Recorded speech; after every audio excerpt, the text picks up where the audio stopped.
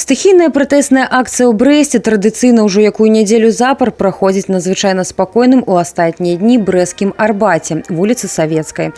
Наша здымачная група адправілася зняць усё, што адбываецца, але сустрэлі нас агрэсіўна.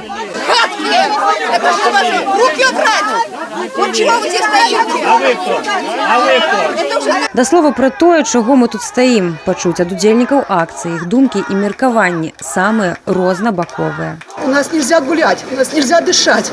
Нам нельзя говорить, что мы хотим. Позорники. Позорники. Мы поспорим, что на телевизоре этого не покажете, что он сейчас человек сказал. Чего там не транслируется? Вы посмотрите. Во-первых, с обществом нужен диалог. Он что, идет на диалог? Он считает, что нас нету здесь. Он считает только то, что вот показывают по БТ. Кто виноват, вы считаете?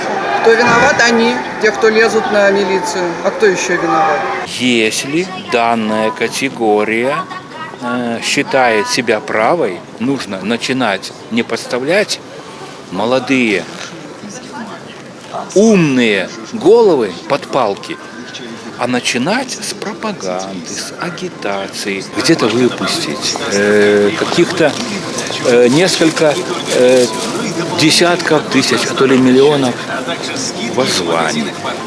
Их разнести по всем райцентрам. Востра ўспрымаецца па-ранейшым сама прысутнасць на такіх мерапрыемствах прыхільнікаў іншых поглядаў.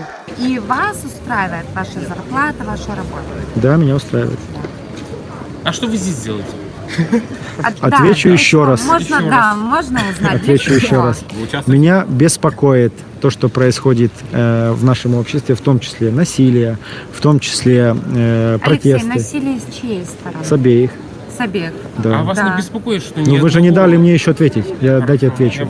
То, что происходит насилие, то, что происходит столкновение групп людей, граждан, силовиков. Толпа не убегает. Толпа уходит. Ну, а что вы сейчас делаете? Что вы сейчас делаете? Вот, видите, что делает человек? Видите? Видите, что делает человек? Ну вот приехал. Вот видите? Вот видите? Может, вы попросите... Нет, а зачем? Я же его не просил себя толкать. Я же его не просил толкать. А зачем мне говорить? Он меня толкнул. Он меня со всей силы толкнул. Зачем? Супраць агрэсіі, вядома, ёсць закон. Застацца незаўважаным у наўмысных выпадках нельга. За нарушение законодательства о массовых мероприятиях по области было задержано 97 человек, 82 из которых на территории города Бреста.